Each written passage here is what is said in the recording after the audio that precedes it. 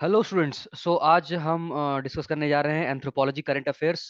इस तरह के बहुत सारे वीडियोस आपको मिलेंगे एंथ्रोपोलॉजी करंट अफेयर्स के मेरे न्यूज़ में जो भी आता है नया जो एंथ्रोपोलॉजी से रिलेटेड है वो बहुत ही इंपॉर्टेंट हो जाता है, क्योंकि यूपीएससी में एंथ्रोपोलॉजी मेंस में एंथ्रोपोलॉजी ऑप्शनल में आपको latest current affairs, latest case studies, latest examples देने के लिए एंथ्रोपोलॉजी से रिलेटेड जो भी करंट अफेयर्स हैं उनके ऊपर नजर रखना बहुत जरूरी है। स्टार्ट करते हैं एंथ्रोपोलॉजी करंट अफेयर्स का ये वीडियो। अच्छा, ये कोटेशन देखते हैं थोड़ा थॉमस एडिशन का। थॉमस एडिशन ने कहा, our greatest weakness lies in giving up, the most certain way to succeed is always to try just one more time. हमारी सबसे बड़ी कमजोरी है गिव अप कर देना, छोड़ देना। आप जब गिव अप कर रहे हो तो आपको पता नहीं हो सकता, आपको पता नहीं आप सक्सेस के कितने करीब हो सकता है आप सक्सेस के बहुत करीब हो सकता है और एक बार ट्राई करने से आपको सक्सेस मिल जाए, लेकिन आप छोड़ देते हो। और ये कोटेशन कौन कह रहा है? थॉमस एडिशन, जिन्होंने 10,000 बार तकरीबन ट्राई किया तब जाके बल्ब का आविष्कार हुआ। और जब उनको पूछा गया कि आप इतनी बार फेल होने के बावजूद भी कैसे आगे बढ़ते रहे, तो उन्होंने बोला, मैं फेल नहीं हुआ। I did not fail 10,000 times. मुझे पता चला कि 10,000 ऐसे तरीके मालूम चले जो काम नहीं करते। I learn 10,000 ways that don't work rather than. इसको मत कहिए कि मैं फेल हुआ। मुझे उस 10,000 अटेम्प्ट में कुछ ना कुछ सीखने को मिला। मुझे सीखने को मिला कि ये काम नहीं करेगा, ये भी काम नहीं करेगा, ये भी काम नहीं करेगा। ऐसे करते करते फाइनली मैंने वो निकाला जो काम किया और बल्ब जल गया। सो आगे बढ़ते हैं। ये न्यूज है रिसेंट। नवीन पटनायक गवर्नमेंट यानी कि Odisha Odisha withdraws decision to allow transfer of tribal lands to non tribals. ठीक है, ये बहुत एक इंपॉर्टेंट इशू है ट्राइबल हिस्ट्री में, आपको पता होगा। चाहे वो 1857 का, सॉरी 1857 तो उसके पहले जो 1856 के आसपास जो 55 56 में जो रिवोल्ट हुआ था संथाल का, संथाल हुल, या फिर 1900 के आसपास जो मुंडा का रेबेलियन हुआ था, मुंडा उलगुलान, या फिर 1856 के पहले भी काफी सारे ट्राइबल रिवोल्ट्स हुए हैं। जब से ब्रिटिश रूल स्टैब्लिश हुआ तब से बहुत सारे ट्राइबल रिवोल्ट्स होते रहे, लगातार होते रहे। ट्राइबल रिवोल्ट्स पहले भी होते रहे और 1900 के बाद भी होते रहे। तो ट्राइबल रिवोल्ट्स बहुत सारे हुए हैं। इंडिया में क्यों हुए हैं, उनका बहुत सारे मुद्दे होते थे। उनमें सबसे बड़ा मुद्दा होता था जल जंगल जमीन, land, there land and water resources. जिस लैंड पे वो हजारों साल से वो रहते आए हैं, जो उनकी मातृभूमि थी, सडनली कोई आता है और वो बोलता है कि ये लैंड तुम्हारी नहीं है, ये लैंड आज से ब्रिटिश गवर्नमेंट की है, इस पे तुमको टैक्स देना है, और तुम टैक्स नहीं दोगे तो हम तुम्हारी लैंड किसी और को बेच देंगे। और आउटसाइडर्स आते हैं, नॉन ट्राइबल्स को ब्रिटिश लेके आए ट्राइबल एरियाज में। वो नॉन ट्राइबल्स ने ट्राइबल्स को अलग अलग तरह के टेक्निकलिटीज में फंसा के उनका लैंड कैप्चर कर लिया। So all these things were behind the revolts. So land बहुत ही बड़ा इमोशनल इशू रहा है ट्राइबल्स के लिए।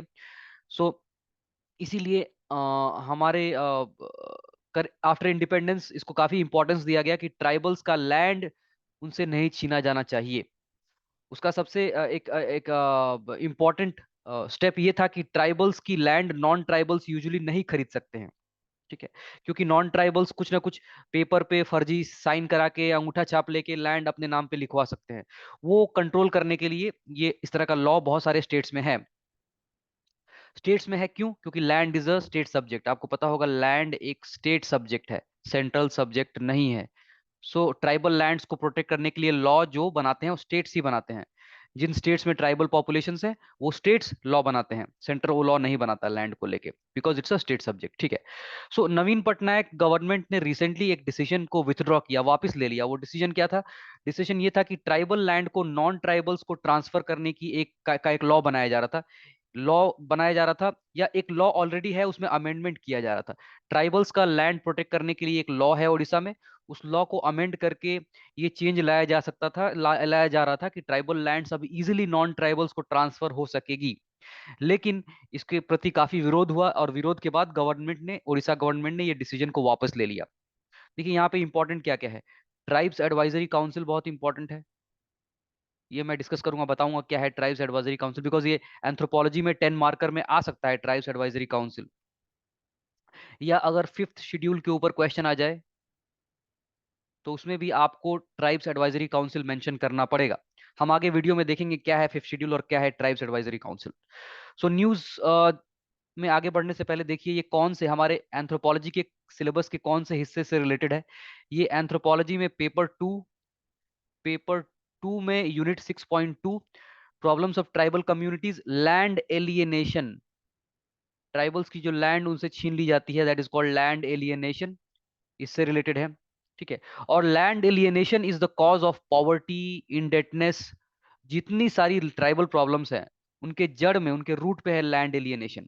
ठीक है। अगर आपके पास लैंड है तो आपके पास फूड सिक्योरिटी होती है, आप उस पर खाना उगाते हो, जो भी कर, तो आपका हेल्थ न्यूट्रिशन सब बना रहता है। ठीक है। आपको कहीं पे जाके काम नहीं खोजना पड़ता है, आप अपने खेती बाड़ी करके अपना पेट पाल लेते हो। So land alienation is the cause of poverty, unemployment, health and nutrition problems, सारी प्रॉब्लम्स का जड़ लैंड एलियनेशन है। 6.2 इस पार्ट से रिलेटेड है ये न्यूज। सो इस तरह का अगर ट्राइबल लैंड को लेके कुछ न्यूज, कुछ क्वेश्चन आए एंथ्रोपोलॉजी पेपर 2 में, तो आप इसमें ये केस स्टडी या एग्जांपल दे सकते हैं, उड़ीसा गवर्नमेंट वाला।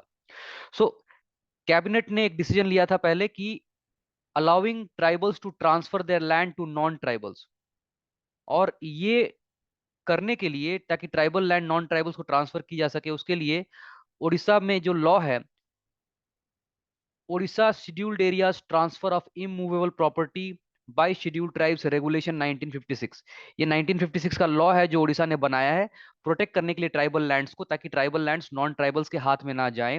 इस लॉ को अमेंड करके ये प्रोविजन लाया जा रहा था कि अब ट्रांसफर किया जा सकेगा ट्राइबल लैंड्स को नॉन ट्राइबल्स के हाथ में। लेकिन there was a massive controversy, और उस कंट्रोवर्सी के बाद the government was forced to put the decision on hold. इस डिसीजन को होल्ड पे डाल दिया गया है। यहाँ पे देखिए मैंने जो हाईलाइट किया है scheduled areas, what is scheduled areas, वो भी हम देखते हैं। सो शेड्यूल्ड एरियाज क्या है? हमारे कॉन्स्टिट्यूशन में आप देखेंगे ट्राइब्स का जो ट्राइब्स की प्रोटेक्शन के लिए जो प्रोविजंस है, उसमें दो प्रोविजंस है, fifth schedule and six schedule. ठीक है। सो ये इंडिया का मैप देखिए, इसमें जो गुलाबी वाले पार्ट्स हैं, सो यहाँ पे हिमाचल प्रदेश में, राजस्थान में, गुजरात में, महाराष्ट्र में, मध्य प्रदेश, छत्तीसगढ़ का entire, almost entire Chhattisgarh, Jharkhand का काफी बड़ा हिस्सा, उड़ीसा का काफी बड़ा हिस्सा, आंध्र प्रदेश का जो आपका विशाखापट्टनम के आसपास के डिस्ट्रिक्ट्स हैं, ट्राइबल बेल्ट्स हैं। अच्छा, तेलंगाना में जो ट्राइबल बेल्ट्स हैं, ये सारे जगहों पे फिफ्थ शेड्यूल है, इन सबको फिफ्थ शेड्यूल डिक्लेयर किया गया है। On the other hand Meghalaya, Assam में ट्राइबल एरियाज जो हैं, Assam, Meghalaya and Tripura and Mizoram, Tripura Mizoram, Assam, Meghalaya, Tripura, Mizoram, AMTM, north east के ये चार स्टेट्स में जो ट्राइबल एरियाज हैं उनको सिक्स शेड्यूल की प्रोटेक्शन दी गई है, और बाकी रेस्ट ऑफ इंडिया में जो है ये फिफ्थ शेड्यूल है। आप बोलेंगे कि अरे सर ट्राइबल एरियाज तो और भी जगह पे हैं, ट्राइब्स तो उत्तराखंड में भी हैं, ट्राइब्स तो यूपी में भी हैं नेपाल के बॉर्डर के पास, ट्राइब्स तो ऑब्वियसली सिक्किम में ट्राइब्स है, अरुणाचल में ट्राइब्स है, नागालैंड मणिपुर में भी ट्राइब्स है, वेस्ट बंगाल में काफी ट्राइबल्स रहते हैं, और तमिलनाडु में ट्राइबल्स हैं, कर्नाटका में काफी सारे ट्राइबल्स हैं। ये जो नीलगिरी हिल का एरिया है, कर्नाटका, केरला, और तमिलनाडु का जंक्शन, यहाँ पे बहुत सारे ट्राइबल्स रहते हैं, इंपॉर्टेंट ट्राइब्स लाइक टोडाज, बडागाज, बहुत सारे ट्राइब्स यहाँ रहते हैं। ठीक है। सो ये सब एरियाज को प्रोटेक्शन क्यों नहीं है, ये बहुत अच्छा क्वेश्चन है, और ये एक प्रॉब्लम है हमारे कॉन्स्टिट्यूशन में। जो ट्राइबल प्रोटेक्शन है उसमें एक प्रॉब्लम ये है कि सारे ट्राइबल बेल्ट्स को कवर नहीं किया गया, कुछ ट्राइबल बेल्ट्स प्रोटेक्टेड नहीं है इसके अंदर। ठीक है। सो जो प्रोटेक्टेड है वो है फिफ्थ शेड्यूल और सिक्स शेड्यूल। ठीक है। और अगर फिफ्थ शेड्यूल सिक्स शेड्यूल पे सवाल क्वेश्चन कोई आता है तो आप उसमें ये क्रिटिसिज्म में आप लिख सकते हो कि बहुत सारे ट्राइबल एरियाज इंडिया में हैं जो कि फिफ्थ या सिक्स शेड्यूल प्रोटेक्शन से बाहर हैं। ठीक है। सिक्स शेड्यूल को लेके मैं ज्यादा डिस्कस आज नहीं करूंगा, क्योंकि ये जो न्यूज है उड़ीसा को लेके है, और उड़ीसा में है fifth schedule. So I will discuss about fifth schedule, not about six schedule. लेकिन सिक्स शेड्यूल जानना जरूरी है, और इसके लिए मेरे पॉलिटी क्लास में आपको सिक्स शेड्यूल मिल जाएगा। पॉलिटी में मैं काफी डिटेल में फिफ्थ और सिक्स शेड्यूल दोबारा डिस्कस करूंगा। ठीक है। सो वापस आते हैं फिफ्थ शेड्यूल पे। सो फिफ्थ शेड्यूल कहाँ पे है? ये जो गुलाबी एरियाज हैं ट्राइबल बेल्ट्स, इनको फिफ्थ शेड्यूल का प्रोटेक्शन दिया गया है। What is fifth schedule? Fifth schedule areas को बोलते हैं scheduled areas. So fifth schedule areas are called scheduled areas.